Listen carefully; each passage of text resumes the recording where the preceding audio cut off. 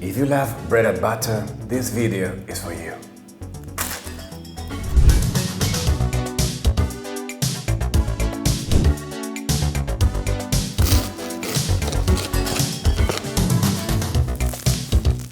Good morning everyone and welcome to another baking video. Today, yes, we'll be making a new experiment. Something that you've been asking me for a long time is the use of fat or oil in bread making. So today we'll talk about that. The use of fat or oil in bakery, it's not new. In fact, it's been used for ages in bakery because of its nutritional contribution. But on the other hand, there's this healthy issue that keeps us away of using it at the same time. And the thing is that by using this ingredient, we make the bread more tastier, more softer and more tender. Such as, for example, panettone, brioche, or these gorgeous burger buns. So this is something that I never did before, using fat or oil in a sourdough bread. I always prefer using such as butter on a toast rather than using this kind of fat on a dough. So the experiment of today is about that, using 4 kinds of fat or oils, 2 from vegetable origin and 2 from animal origin.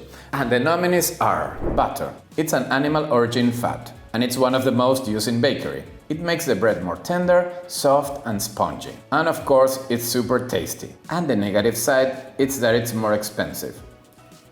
Margarine. It's a fat that comes from vegetables. And it's a perfect butter substitute, although it tastes not that good. Of course, it makes the bread more tender, more soft and more spongy too. And the good side is that it's a little bit more cheaper.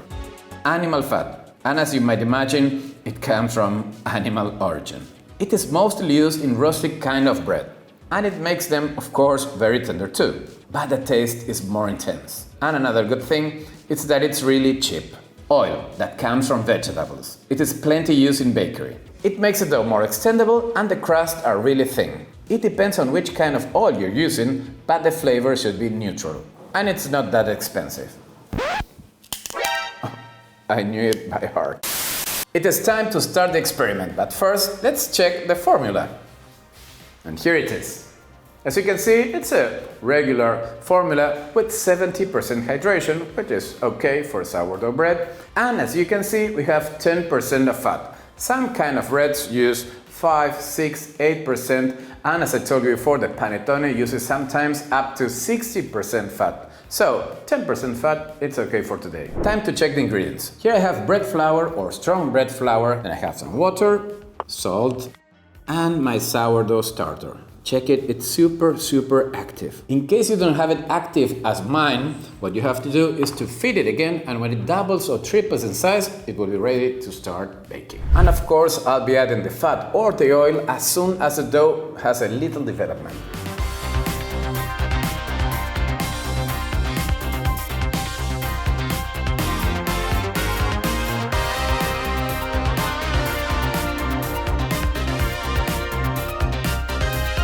Now that we have some developed on the dough, it's time to add the first fat ingredient, which is the butter.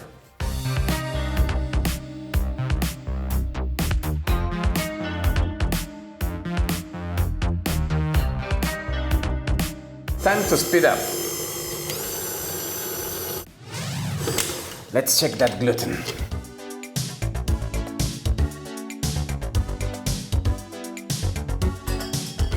So you've seen how extendable is the dough. That's because of the fat that we added into it. The thing is that the gluten network, it's made by 2 proteins and the fat comes in the middle of them, so they can't connect that well. So that's why we have this extendable dough. So we'll see how this dough continues developing. And now let's go with the other fats.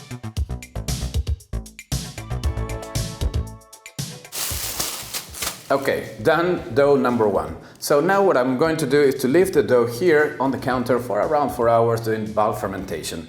And in the meanwhile, maybe I'll do 1 or 2 stretch and foldings. Now it's time to continue with the other doughs. The only thing is that I'll be changing the fat.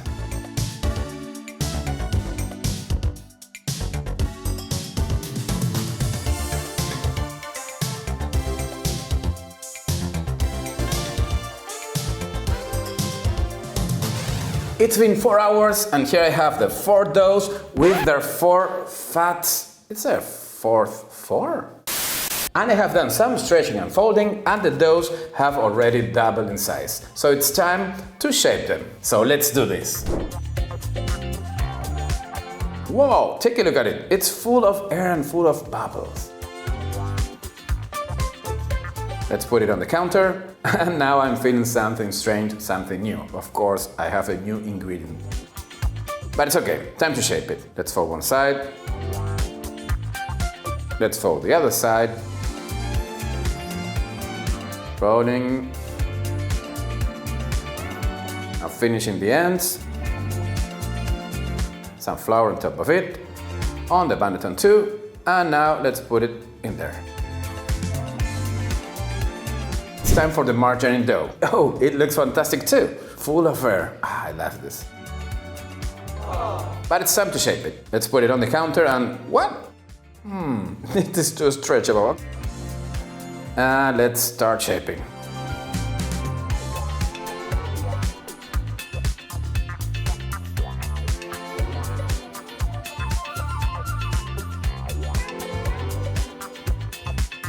Now it's time for the fat bread, or the animal fat bread. Oh, this fermentation is looking really good. But it's time to shape it. Let's put it on the counter, and now we're talking. This dough, it's tighter than the other one. Let's shape it. Rolling. Finishing the ends.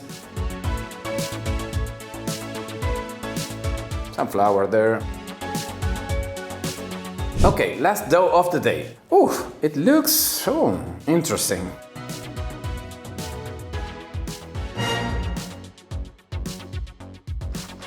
Okay, but let's shape it. Let's put it on the counter and what?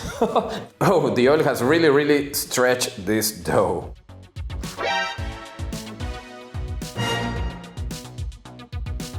Okay, let's shape it. One side. Other side. Now rolling.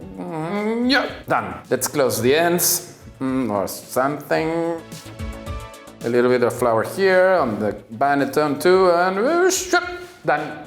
Are you lost with all the sourdough bread recipes that you find on the internet? Would you like to learn all the tips and tricks to make your own sourdough bread at home? Then I have the solution. I have designed the perfect masterclass of sourdough bread just made for you. By clicking the link on the description, you will learn how to make and take care of your sourdough starter, how to knead, shape, ferment and bake your sourdough bread, how to use and read the baker's percentage, all the basic techniques to bake like a pro at home, and how to read and understand your dough. Don't miss out on it and click the link on the description right now. By the magic of the gluten, here I have the 4 loaves that have been doing cold fermentation for 24 hours. And before we bake them, I want you to see them.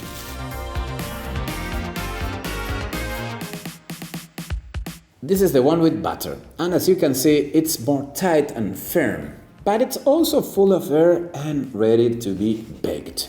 Let's move on to the margarine one, which also looks like the butter one, so it's almost the same thing. Tight, full of air, ready to be baked.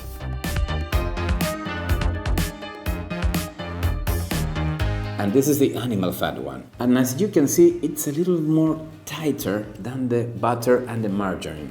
I think because of the fat and the cold fermentation, of course. But it's ready to be baked too.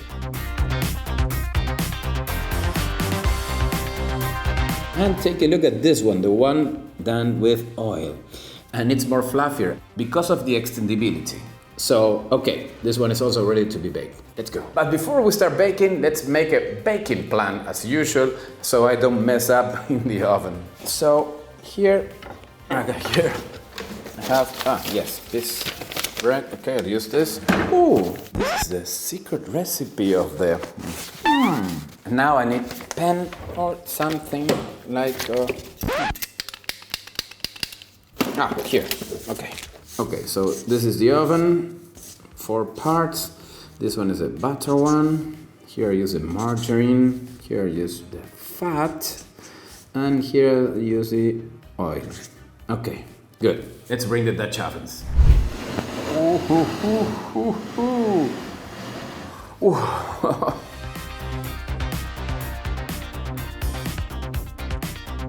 Good. Let's go first with the butter bread.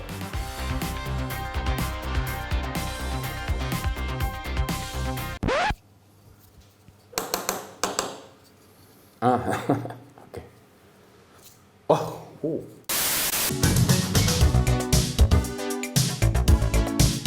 Now it's time for the margarine bread.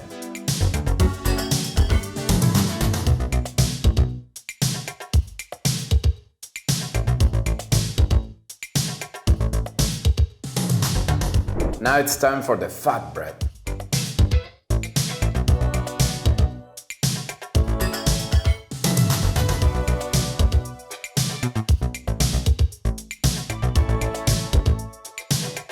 And the last one, the oil bread.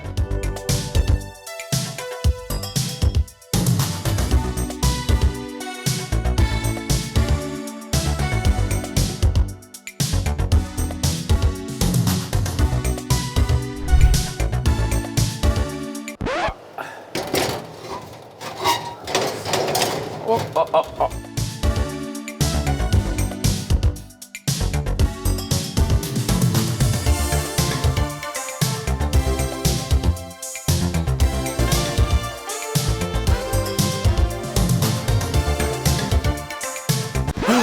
It's hard to be a baker.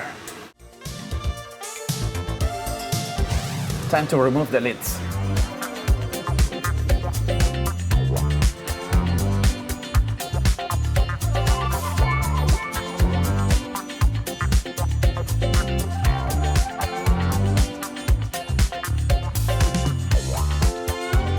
I'm a little bit disappointed at this moment because I thought when I took off the lids it's going to be a gorgeous bread like the ones that I normally do, but in this case they are a little bit more flatter. I don't know why. Well, I know why, I think. So okay, let's give them 25 more minutes and let's see how this turns out. Okay, time to take them out of the oven. Ooh, ooh, what a smell! It smells like butter, oil, fat. Wow.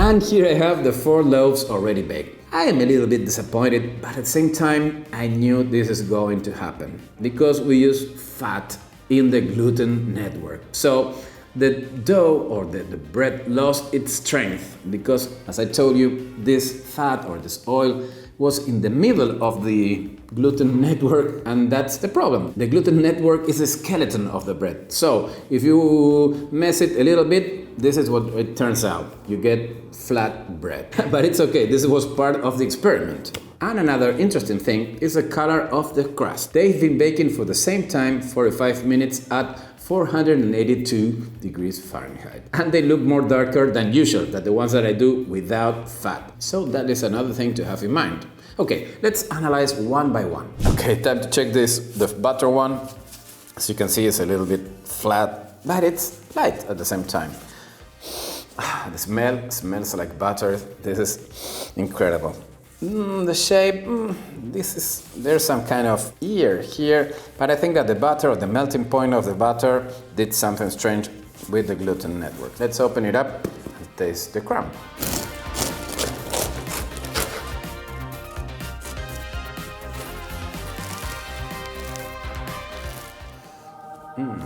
Let's check the inside. At first sight, what I see is that we have no open crumb at all, but it's really well fermented and it's very moist, tender, fluffy. Oh, it smells incredible. Maybe it doesn't look that good, but the smell is really worth it. So let's try it. Take a look at this. Wow. Let's try a little bit of crumb and a little bit of crust. The bread doesn't look that good, but it tastes awesome, incredible, oof, super tasty. Lot of butter, very nutty at the same time, buttery, creamy. The crumb is really, really creamy and moist.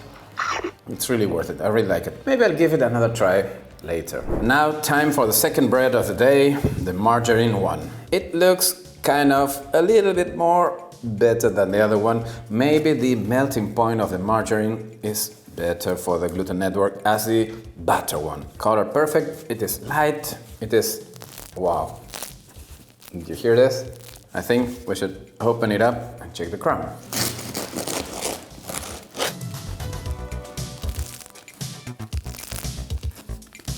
Let's check this crumb. Oh, super fluffy too. It looks like more like the butter one. It's the same thing, but the smell, the smell is another thing. But I like the shape. It's a little bit less flatter than the other one. Let's taste it. Oh, it's fluffy. It's just like a milk loaf, maybe. Interesting. A little bit of crust and crumb at the same time.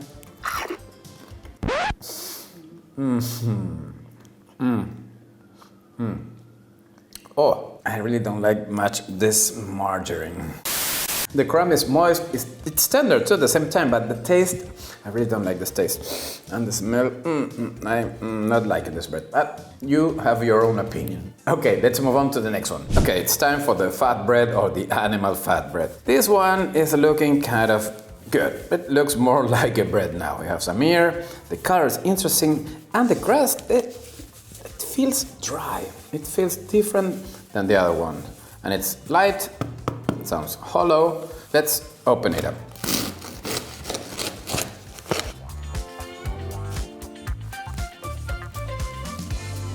Okay, so let's check the inside. At first sight, the crumb is really, really regular. It is well fermented though, but it's not the open crumb that I'm used to. The crust is really thin and, wow, crunchy. Yes, and it's really, really tender. It smells like pan de la campagne. Okay, let's try it. Fluffy. Interesting. So, okay, let's check a little bit of crumb and a little bit of crust. The crust is really dry. It's some kind of like a cracker, like if you were eating a cracker, not a bread at all. Strange. The crumb is moist, tender, fluffy at the same time, creamy, and then you have this fat flavor coming out of the flat. But maybe if you're used to eat this kind of bread in the countryside, this is that kind of bread. I really like the crust. Let's go to the last one. Last bread testing of the night. It is night already? Almost. At first sight, it's a little bit flat, but has some volume too. Here's some kind of ear. It's light, hollow. It was really complicated to shape it, as you've seen, because of the oil. It's more meant for pizza, focaccia or ciabatta. When you want to stretch it a lot, well, that's what happened in this kind of bread. So that's why we have this kind of UFO. Okay, let's check the crumb. Ta-da!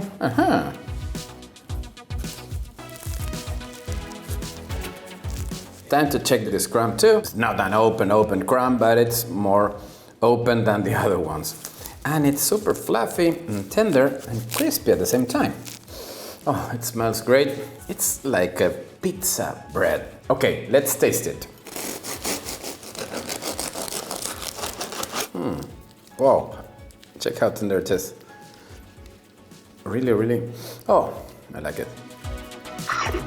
It's like getting a pizza crust. This is a famous cornicione. Reminds me like baking pizza in a bread shape. Interesting. It's moist, creamy, but it reminds me, yes, like a cornicione of a pizza. Maybe I should work a little bit more on the shape, fermentation, but using oil is a good ingredient. That's all about the moment. So this was a very surprising experiment with highs and lows. The first thing is that all the loaves turn out a little bit flat, but that was because of using the fat or the oil in the gluten network. It was in the middle of this and didn't help too much with its development, which gives the shape or the volume of the bread. In that aspect, it's not that good. But in the taste aspect, it's interesting what we found. The first one, or in my opinion, the tastier for me, is the one with oil, and it reminds me the pizza crust, the cornicione. The second one for me, I think, is the animal fat one, which reminds me this kind of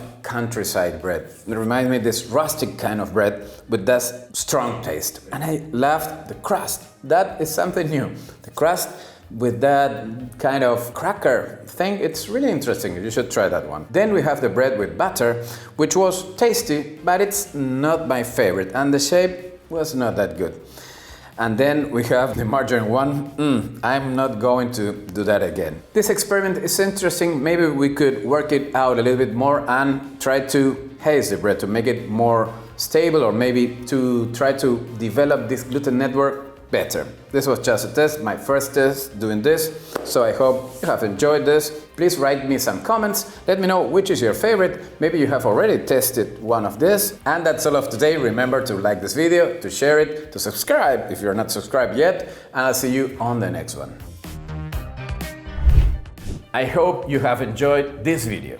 And if you want to learn more about sourdough bread and sourdough starter, I encourage you to check the link on the description.